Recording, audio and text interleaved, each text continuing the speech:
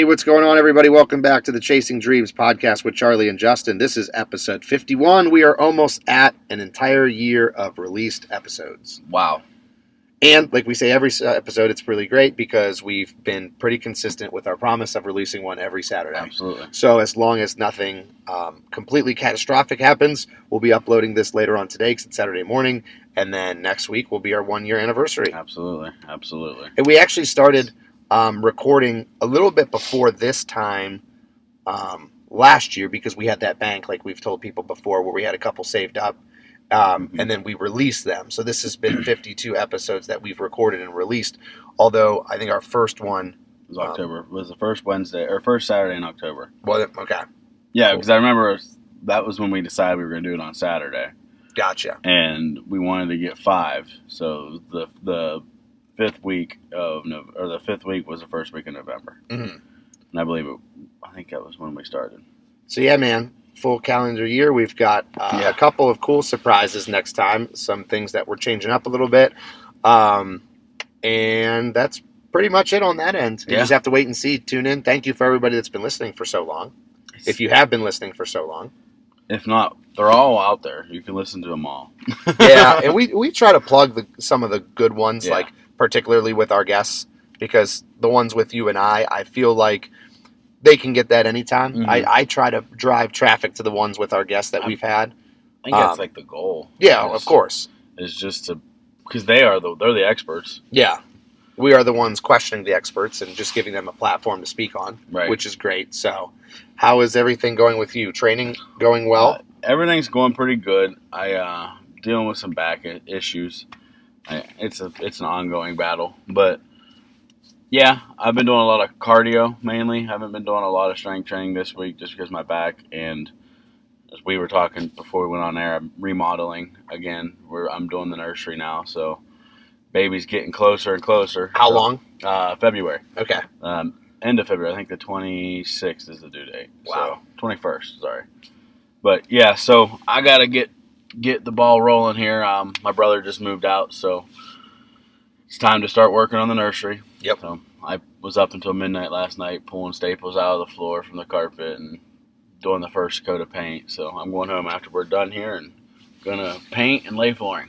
Yeah. So, you got to be efficient with your time. Yeah, that's it. I feel like when you're a driven person, which I would like to consider us both that to a degree, but of course there's higher levels of people that are far beyond, what we are right now or what we hope to get to.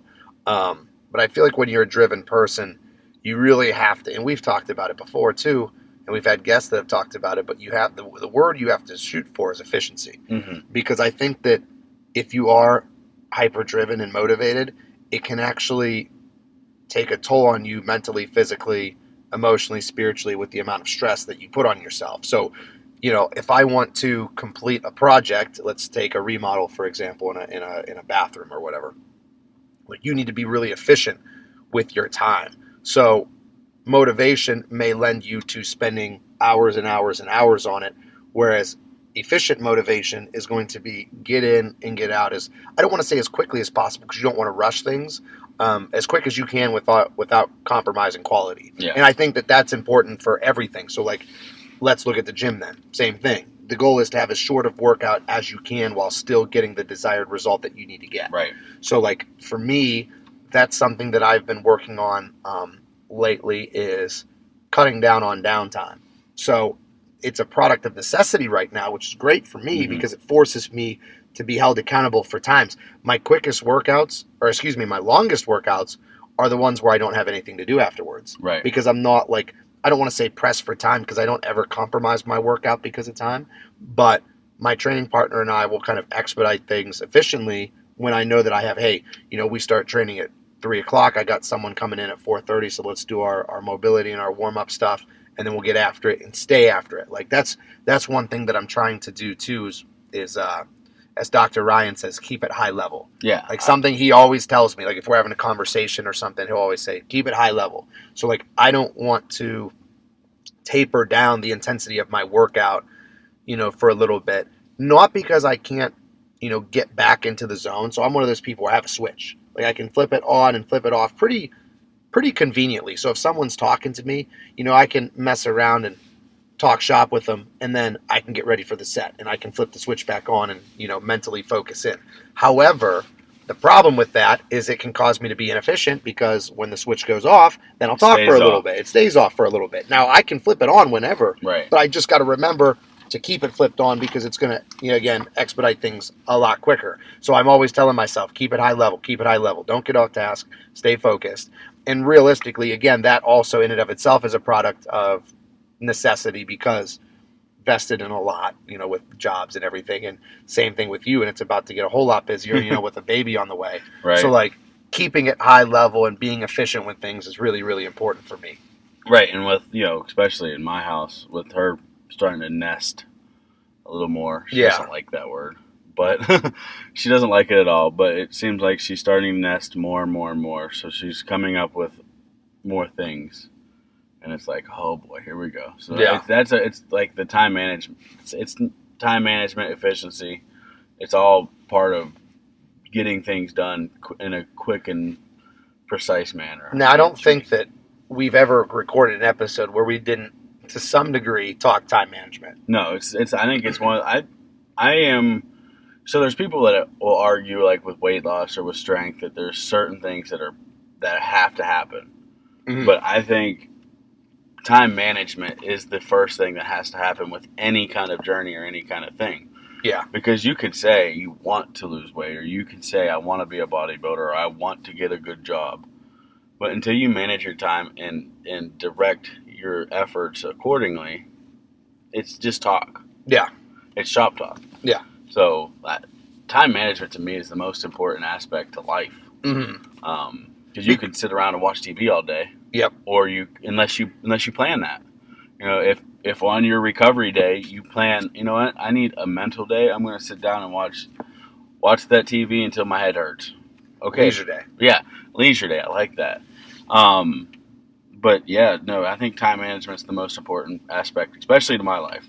And you can look at time management, and it encompasses. It's a pretty big umbrella. It encompasses everything else underneath it. For example, another thing that you and I talk a lot about is being like micromanaging what you're doing and focusing to make sure that what you're doing is productive. So, it's one thing to go to the gym. Well, how productive are you while you're there? Right. Are you just going through the motions, or are you actually benefiting from it? And I think that time management kind of takes care of that also, because if you're pressed for time, not necessarily pressed for time as in super busy, but pressed for time as in I don't need to waste any time here, you're going to be a little bit more self-aware of what you're doing and how you're doing it. Right. So that's one thing that I'm always trying to improve on. I feel like it's kind of like body image, where you're never going to look how you want to look. So it's something that you're constantly going to be working at. Like, I don't think, and I haven't met them, so maybe they're out there, but I don't think I've ever met someone that is completely happy with their time management. Or they say, I manage my time perfectly. Because I think the better you get at time management, the more things you add to your plate. Right. And so then what happens inevitably is you just keep striving for more and more time management. So like if I have two things that I'm invested in, so I have my teaching and I have my personal training. Mm-hmm.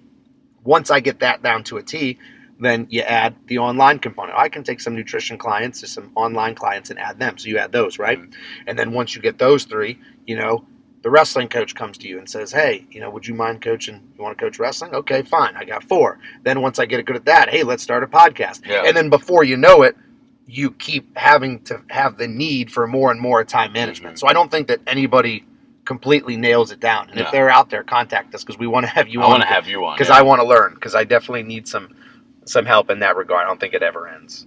I think there's a caveat too. It's like you have to. It's not really a caveat. Now, the more I think about it, you have to manage to put free time into your time management, even if it's an hour or 15 minutes. Like, because a lot of days I literally schedule my day down to an hour where I sit with the family and watch TV. Mm-hmm.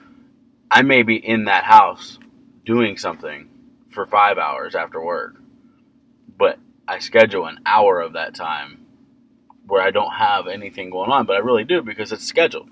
I kind of get that indirectly with drive time. So like for me, when I go see Dr. Ryan pretty frequently, or like when I travel out to Adam's gym and, in Pittsburgh, I have a lot of drive time. Mm-hmm. So that more or less is my relaxation time. Now, Right. even within that scope, I still try to make that productive where, I'll call clients or make phone calls that I need to make. It's not just a phone call to be like, hey, how are you? How's your day going? But, Yeah. Actually make productive phone calls while I'm driving, because I feel like that's a little bit more productive than just driving, listening to music. However, sometimes, again, for the mental side of things, or the, I guess just the recovery side of things, the emotional recovery side of things, you need to No have those doubt. times where you just drive and Yep. listen to music and kind of zone out and stuff. I almost don't listen to music anymore. Like, that's another thing that has come from this whole journey I'm on, is I don't listen to a whole lot of music anymore. Unless somebody's in a car with me, I'll listen to that, because I'm not going to subject them to my self-help or my podcasts that I'm listening to, or any kind of self-help books or leadership books, or just, I mean, like, I have a book that I've been listening to on the importance of knot tying. But really, and it's like, but yeah, it's a short book, but and I'll have to look up the title. I can't remember.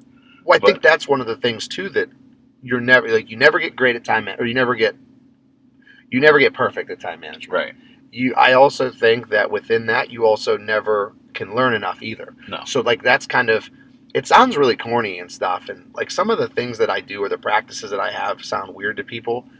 But like one of the things that I do is, like when I'm watching YouTube videos, for example, when I drive, or listening to YouTube videos when I drive, I always try to ask myself, is this benefiting me? Like, am I learning from this? Right. So I'll have, something that's a pretty specific topic.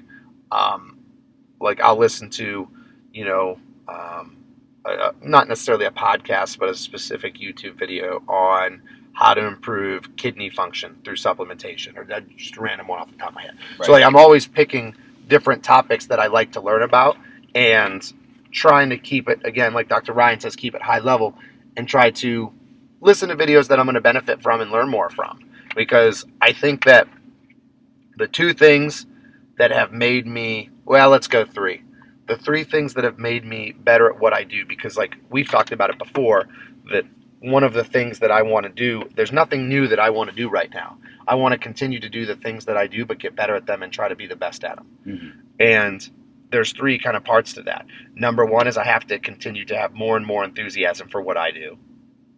Number two is I have to learn more, and I have to do it more efficiently. Right. So be more excited about it, learn more about it, and do it more often and more better. Often, yeah. And that's going to, take care of itself. So on the learn more, I that's something that's one of my main priorities. Is everything I'm doing is because I'm trying to learn that craft or that skill. Yeah. And when you're learning, like when you're reading or listening to the YouTube videos and stuff, do you quiz yourself afterwards, like to try and see what kind of like knowledge you've retained? Yes and no. So what I do, and this is a way of like functional quizzing or practical quizzing, is I try to put it into play. So for example, if I'm watching a YouTube video on ankle mobility and how to increase active range of motion through plantar flexion and dorsiflexion in the ankle, and I'm at the gym and I have someone who has either some range of motion deficits or an injury history in the ankle, I will say, hey, I listened to Dr. So-and-so talk this weekend, on a video or on a podcast or whatever, and the topic at hand was, ankle mobility. I want to try some of these things with you and see, what we can do and if it benefits you and whatnot. So I like to put things into play and practice them on people as guinea pigs, essentially. But cool. Within that, I always give the disclaimer that didn't come from me. Right. So anything I do, a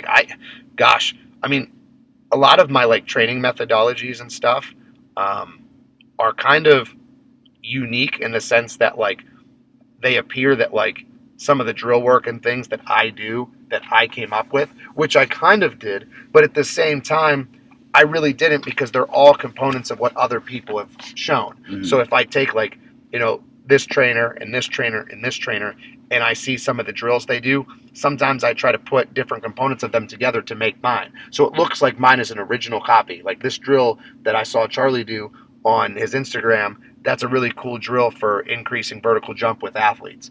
Yeah, I kind of made that up. However, I got this component of the deficit box jump from this trainer. I got this component from this trainer, and I learned about this cueing on what to tell the athlete as they're going through the drill from this trainer. So did I really come up with it? Is it really original? Yeah, What I do is I try to put all that stuff and make it practical. So when I hear these things and I watch these things, I try to use them. I don't just want the knowledge to sit in my brain. I want it to be activated. You really sound like a teacher. Sure. I wonder why. Because that's what teachers do, right? They go to school for a long time and they learn a whole bunch of stuff, and then they take that stuff and they teach it in a way that people can learn what they know. I think that's one of the things that's been most important for me, is because everything that I do people are benefiting from. Yeah. Now, when you say that statement alone, it sounds like I'm pretty high on myself, but that's the nature of what I do. Like if someone hires a personal trainer, it's because they want to get better or they want to get in shape. If someone hires a personal trainer as like an athletic coach, they're trying to get better at a sport. In teaching, my job is to make you smarter. So I have jobs and professions that are specifically aimed to try to make people better at what they do. Right. So I think one of the most important parts of that is being able to explain it, because it doesn't matter how much knowledge you have or, anything of that sort. It's how you're able to convey it to other people. Right. So I understand, how the liver detoxifies itself or the body, but can I be able to explain that to other people? Right. I have to be able to explain it. Otherwise it doesn't matter.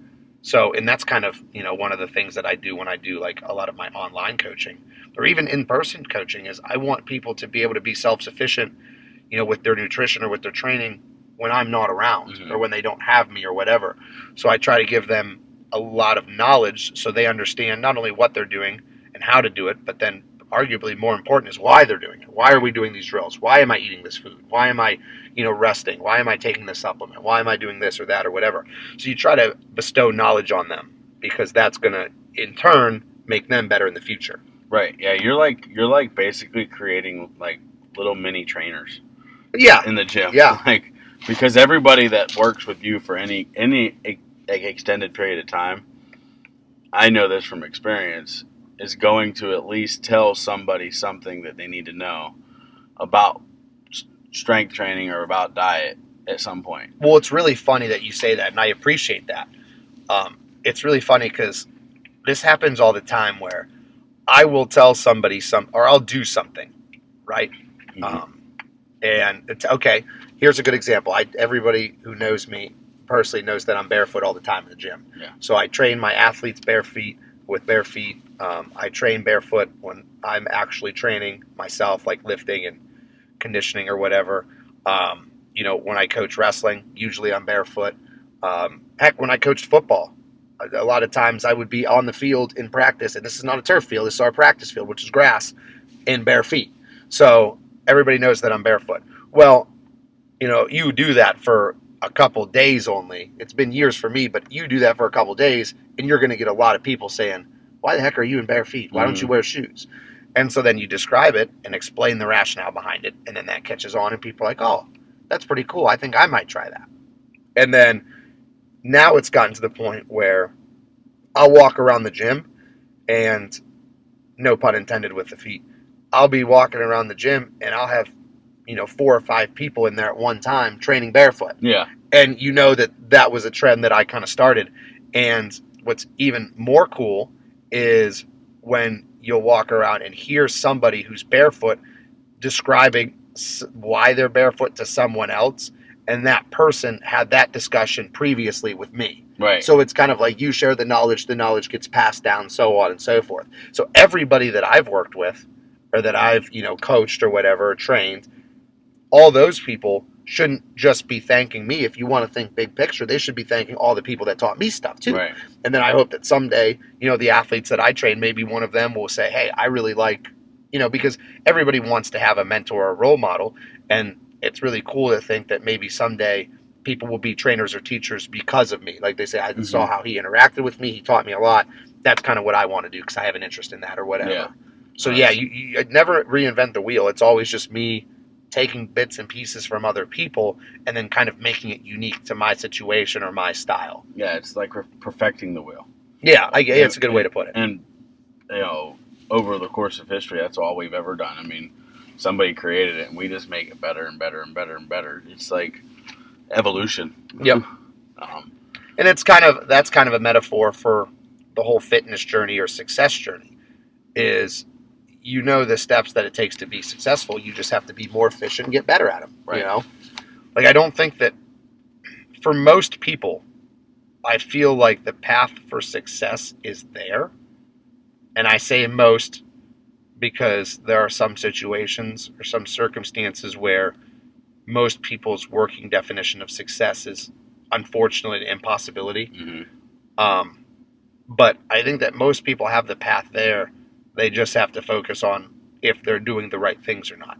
Now, that path is going to require some people to be a lot more mentally strong than others because they're going to have to overcome a lot more. Like, thankfully, knock on wood, I'm objective enough to look in my situation and say that I had a pretty, I don't want to say easy, that's not the right term, but easier path to success, at least the relative amount of success that I have now compared to what most people have. Like, take bodybuilding. Like, I have decent genetics, and, I've never had any catastrophic injuries. I've never had any issues like that. So I think that my path is a lot smoother than people who have had, like, different types of, surgeries or genetic predispositions where, they have some type of, I don't want to say deformality, but like, but you could also say the opposite. My genetics aren't as good as other people's. Right. So I have had to work a little bit harder than those people have. So putting into perspective, I think that everybody has the path for success. I think they just need to be able to have the mental fortitude to go through with it. And everybody's path is different, and some paths require a lot more mental fortitude than others. Right. But everybody's going to be tested at some point. Yeah. If your plan is to be successful, and that is your goal, you need to expect to have a test. Yeah. Over and over and over and over again. Some of the most successful people, I think, have their tests really, really early and really, really frequent because then they build that resiliency and then go forward and they're okay. Whereas the people that usually end up either quitting or not fulfilling their dreams or fulfilling the amount of success that they think they should have, those are the ones that don't experience any of that until later on in life.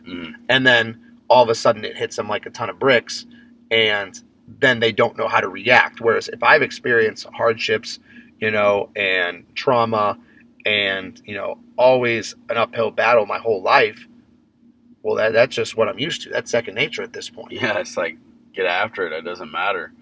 It's, whenever, speaking from experience, I guess, sort of, having the harder path, being almost 30 when I decided to start losing weight. Yeah.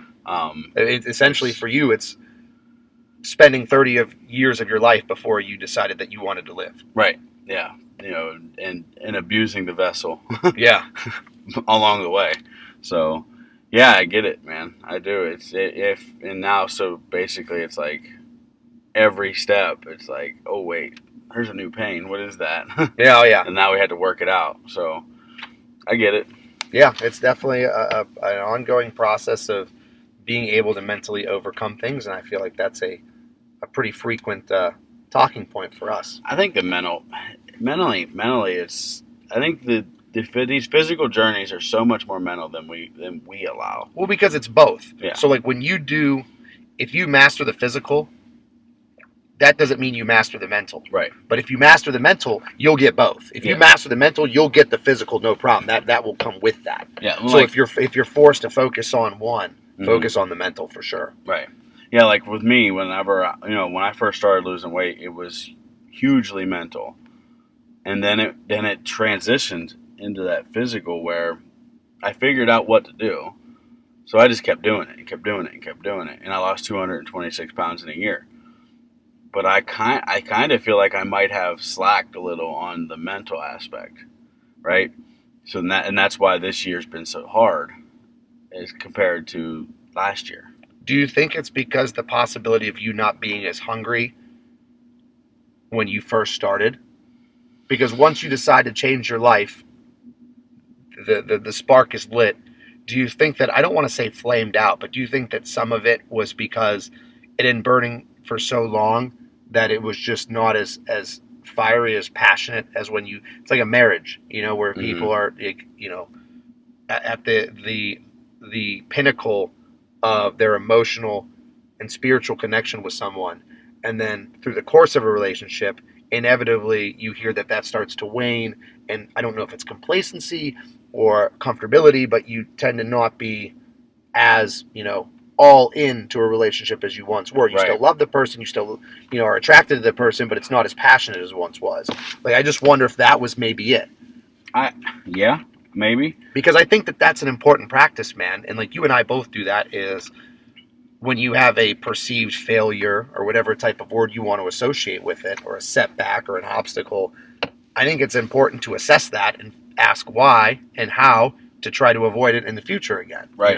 Like, so if I do something wrong, like if I lose a show, I want to go back to the drawing board and say, why did I lose this show? Right. Not just say, oh, okay, I'm going to work harder the next time. Now, most of the time, your setbacks aren't because you didn't work hard enough. Right. So that's usually the answer.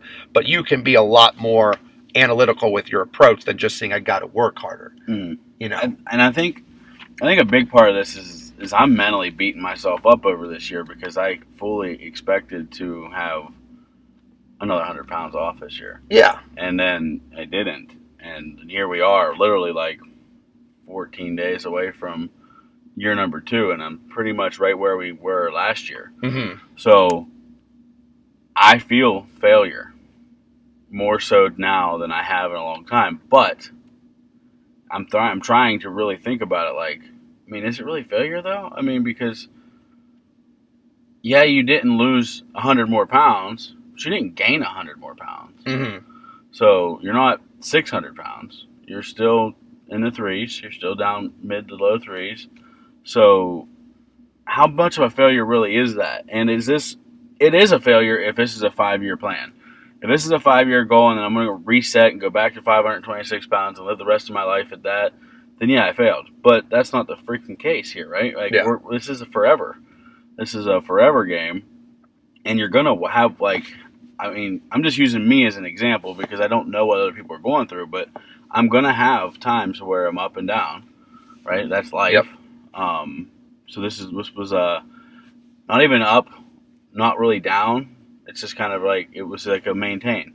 It was, I like the mental reset thing too, like, because maybe the fire did kind of burn a little. Maybe I burned it too much because you and a lot of other people have said over, not on air so much, but to me, that you can't burn a candle at both ends. Mm-hmm. So maybe that's what I was doing over the last year, year and a half, 2 years, is I tried to burn a candle at both ends. And I think it's really important to go through those mental exercises of, why did I fail? Why did I take a step back? How am I going to prevent that from happening in the future? And then how am I going to get back on track? I think all that stuff is really important. And we're actually going to go on a commercial break. And when we come back, we are going to talk about that stuff because I think that's a good discussion point going forward. Yeah. As listeners of the Chasing Dreams podcast, we know that you demand the highest quality at all times. If you're interested in quality, look no further than Beast Mode Baking. Beast Mode Baking aims to bring the highest quality, creative, and of course delicious baked goods to your home with nationwide shipping. All orders need to be pre-ordered to ensure they're packed fresh and shipped out to you as soon as possible. Beast Mode Baking offers a flat rate of $15 for shipping due to the size and weight of the cookies and doughs. So if you're interested in Beast Mode Baking, please contact CEO Shannon Knorr. That's at SKNORR13 on Instagram and order your delicious baked goods today, because every time you support them, you're supporting the podcast as well. All right, we are back. So want to continue with that of like an analytical kind of a synopsis of our thought patterns with failure, specifically with you, because I think that when you try to give people examples of things, you need to be as concrete and as specific as possible. So I like when you and I talk about things that are specific to us, because then people can relate to them a little bit better. So like when you look at it, you say, because I see both sides, man. I like how you said it's not really a failure, or is it a failure? Because you kind of toy mentally with like, okay, I lost all this weight. and then I stayed at a plateau for a little bit where goals changed, Mhm. to strength training. I did some different things. And you say, is it really a failure because I didn't, gain back? Right. What? And that's a tough question to answer because the only person that can use the word failure appropriately is you. Yeah. Because so for me, if I do a bodybuilding show and I come in second, there's a lot of people that would think that that's a huge success. Mhm. There's a lot of people that would think that that's a huge failure. Right. It all depends on what you put into it. And if you think that what you put in, I think really that's it. Honestly, man, when I think about it and I'm talking out loud and I'm thinking out loud through my words, when I say that, I think that it's all about the net gain or the net loss. So whatever I invest in, if I get equal amount out of it that I invested in it, then I think that that's a good thing. Mm-hmm. If I get less than I feel like I invested, then I would consider that to be a failure. So if I train for a bodybuilding show, I feel in my heart of hearts that I truly trained for first place. And I did everything I could to come in first place. Right. So when I don't come in first place, that's perceived as failure. So I think with your example, what you should do is take, an honest assessment and an honest look at the past, let's use the past year because it's been a year, right? Right. First year was beyond success. I mean, that it was beyond what most people can even imagine. So then the second year, okay, this is what my net gain was. This is how much I gained or, lost, whether it's finances or whatever. So let's talk specifically about the weight loss. The work you put in over the past year. Do you think that based on the amount of work you put in, you should have lost more weight, gained more weight, or do you think it's pretty equal to what you put in? Because that's going to kind of dictate whether you perceive it as a failure or not, Well, I think I had mixed goals, Mm-hmm. and I was trying to tackle them a little too much solo. So I had the goal of I wanted to lose weight and get strong at the same time. But I failed at the diet control to the point where I was fueling my workouts perfectly. Mm-hmm. I felt great. Not perfectly, but I was fueling enough that the workout was good. And I always had good pumps. I was setting PRs. I was making progress in the gym. But I was fueling too much to the point where I wasn't really burning. Because I didn't gain hardly any weight. But I did plateau and maintain. Yeah. And I think that's the failure for me because everybody was used to, and this isn't everybody. This is like a, what's the word? Environmental thing, right? Everybody was used to hearing, oh, Justin lost 5 pounds this week. Oh, he's down 80 pounds now. He's down 85 pounds now. He's down 90, 95. So now when people talk to me, it's more, how much you down now? And the answer is not any, right? I'm not down any from last year. So how do I answer that? And that's where I've been struggling. Like, does that ever become embarrassing for you? It's horrifying. Because I go through that. For me, it's literally the exact opposite. When I'm in the gym training and people say, "Oh, how much you weighing now?" Because the goal at the end of my show was to put on more size. Because the head judge, texted me after the show and said, "Hey, dude, everything was perfect. Posing was perfect. Conditioning was perfect." He's like, "You got a beautiful body. Just need to get a little bit bigger to get to that next level." So that was kind of the thing. And people will ask me, "Hey, how much you weighing?" And I, weigh myself Monday, Wednesday, Friday, and I send it to my coach, Austin, and we're gaining steadily, but it's so minute. Mm-hmm. And now, I think I competed. I think my show was on November 10th last year. Yeah, so and it's now November 7th, and it's a year. And I look on the scale, and I'm like, I improved because body composition's pretty good. Strength is way up. So, I'm improving. But when I look at the scale weight, I wonder to myself, I don't like telling people how much I weigh because I feel guilty because I feel like people would expect more from me and I expect more from myself than what I've shown. So, I know exactly what you're going through. When people say, "Hey, how much weight have you lost lately?" Yeah, and the answer is, sorry, real time. The answer is that I haven't. Yeah. I haven't at all, and the answer is not as easy as saying no, none. The answer is always a 10-minute conversation, and I don't like to have to give because I feel like I'm having a workaround, right? Well, and then it almost becomes, at least in my mind, when I do this, it seems like I give an excuse, and it's almost like I'm trying to convince myself of these excuses. Like when someone says, oh, how much weight you put on, the past couple months? Oh, like 5 pounds, but I've really been doing a lot of other things and been putting a lot of mental energy elsewhere, and I've been focusing more on this and that, and like it's almost like you try to be nonchalant about why you haven't hit your goals and make it seem like it's not that big of a deal, whereas deep down it's a big deal. Yeah. You just don't want to tell people, I haven't been doing what I need to do the way I need to do it or whatever. I seriously hate the excuse word. Like, it's one of them things I hate because I hate making excuses. And that's what I feel like over this whole last year I've had to do is make an excuse after excuse after excuse. And I didn't recognize it at first until recently. Yeah. And where like I haven't been training very much because of my back. So I've been walking, kind of getting back to my roots. People that follow me on social media kind of are seeing that. That is a trend for me right now. Is getting back to my roots because that's what got me where I'm at right now. You and I spoke about it before the podcast with some diet items about going back to what works for you, right? Because you've had success, eating certain foods, eating at a certain time schedule, eating a certain amount of meals, a certain amount of like caloric intake. Right. So like what works for you.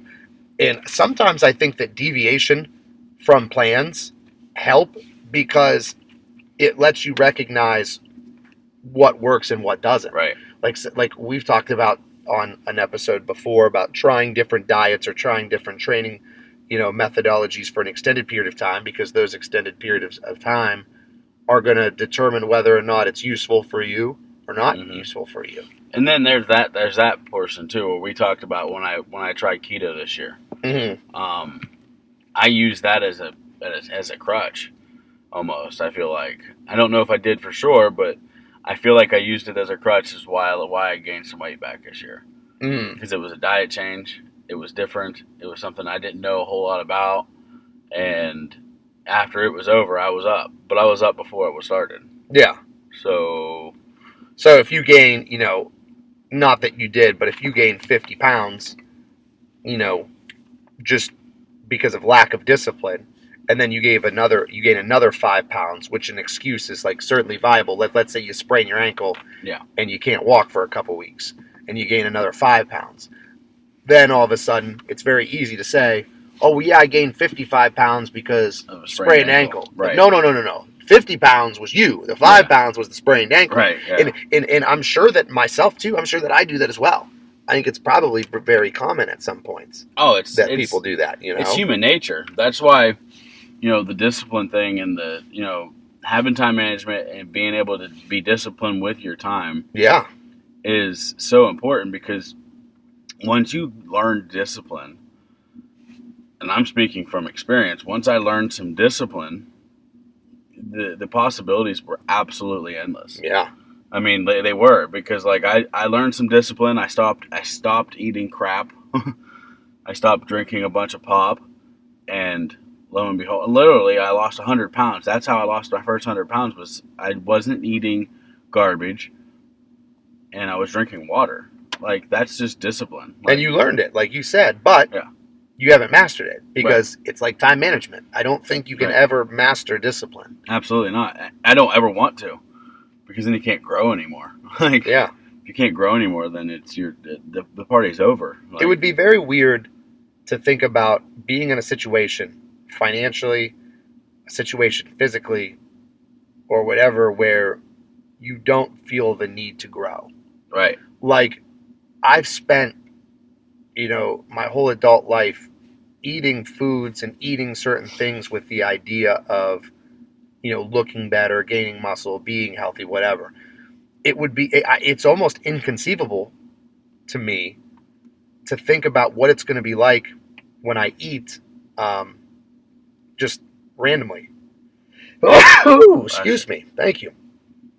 Man, we've got a lot. We got sneezes and phones going off and everything. That shows you how raw and real the podcast is. Yeah, we're in Studio C, which is my truck. Yeah, Studio C, correct. And I forgot to turn the Bluetooth off, so, you know. But it would just be weird to know what it's like, what your mindset would be if you weren't always goal-oriented, I guess. Right. If you're not eating for a purpose, if you didn't go to the gym for a specific purpose, if you didn't work and do all these things extra, for financial freedom or whatever you do, it would be odd to me. Like that complacency. I don't know. Do people have that? I don't think they do. They do. Some people do. That's how I got to be 526 pounds. Yeah. I guess you're right. Literally, complacency. I blame complacency the most for that failure in life. Was just because it was like the easy thing. It was the normal, the day to day. Well, whatever you want to call it, it was so easy to just do the easy thing.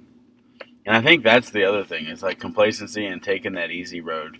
Because in society today, it's so easy to get food. It's so easy to watch TV because you can literally watch it in the car while you're driving down the road. I watch people do it all the time on their phones. Yep. It's like it's so easy to do absolutely anything. Like you don't even have to tie your shoes anymore. People have these fancy new shoelaces that aren't ties. Yeah. Like I got a new car it has cruise control, obviously, and on the cruise control it has a front camera that slows down when you come up behind a car. So if I'm going 75 on the highway and there's a car in my lane going 55 and I approach it, it stops me at a decent distance and just automatically readjust the cruise control. Well, then if I switch to the other lane that's open, then all of a sudden it accelerates on its own. It's like, It's crazy what technology and, Western advancements have done for us as far as the ease of everything and how convenient our lives are. And that goes against the grain of everything that we're taught as far as how to achieve success and, how hard work is inevitable, that you need it. Yeah. It's really interesting how that all kind of works out. It's definitely a caveat in itself how our technology and Western, I like that, Western success or Western advancement in technology is cool. Some of the technology, like the predictive text on your phone. Yeah. Or like you said, this is where your car slows you down when you come up on somebody. Or some of the new headlights on trucks and cars will dim automatically. Yep. But what is that really benefiting us? I mean, I don't like it. Like I get into a car that has that where it shuts off at a red light. Oh yeah. I turn that off. I don't like machines thinking for me. I don't like things telling me what I should be doing. Like, I don't know. I mean, I might be a little extreme here, but like I have a brain and I'm going to exercise it, and I want to exercise it as much as I possibly can because I want that muscle to grow beyond its capability. Mm-hmm. And if a phone is going to send my text message for me, if my car is going to slow down for me, if the headlights are going to dim and all I have to do is flip a switch, but they're going to dim for me, all that's doing is making me lazier and lazier and lazier. And I think that's what the goal is for like Western technology advancing. Well, it seems like you would be an extremist when you say that, but little things like that over the course of time, like take smartphones, for example. Yeah. So all this tiny advancements in phones and the minute things that have progressed on phones, they seem pretty trivial when they first come out because it's only one little step. And now you have your phone and my phone. Take a look at our first cell phones compared to now. Like what you can do. Like it's unbelievable. Like it's like if you would have told me 15 years ago when I got my first cell phone what I'd be able to do on a cell phone now, I'd say there's no way you can do that, but you can. Yeah. So those like incremental steps, and I think it's a metaphor for how we live our life. I think that if you find comfort in something, and it's just a little bit of a comfort, like, I'm going to buy this chair because this chair is a little bit more comfortable. Not that I'm dismissive of comfort because, comfort is a good thing occasionally, but you make little nuanced changes to your life, and then pretty soon before you know it, you have completely changed the entire dynamics of hard work and what it looks like for you. And you need to get back to your roots eventually and say, this is what hard work is. And I want to be an enemy of comfort. Comfort is my enemy most of the time. I agree. Yeah, I think that's why David Goggins likes the discomfort zone thing. Yeah. Living in that discomfort zone it's a huge thing, and it's all good. Like, you have to get out of your comfort zone if you want success. I know I did, and I know what. And that's the cool thing is, like, I know what I got to do to get there. I just have to do it. Mm-hmm. I have to get out of my comfort zone. I have to get back to my roots, doing what worked, and before you know it, it's going to be episode after episode of down 4, down 5, running again. Whatever it is. So, and there's no better time to start with that than now. Yeah. Right? Yeah. Every day. All right, man. So any last closing thoughts you have that you want to share? Because this is our last episode before our 1-year anniversary, which is still surreal and pretty cool to say. Yeah, man. It's just, I don't even know what to say. I'm full of happiness from this podcast. It's way more than I ever thought it was going to be. Walking on that track, it's just over yonder in front of us. It was just a pipe dream. It was just a concept that we thought about would be fun. Uh-huh. And then it's turned into something where, like I've said before, even if there's only one person, I know there's more, but even if there's only one person, there's one other person that's interested in the things that we have to say. Yeah. And it's meaningful. Yeah, and I feel like because of that, we have made it a point to always follow it and follow through. And so, that one listener, and obviously I know we have 1,000 all the time. Mm-hmm.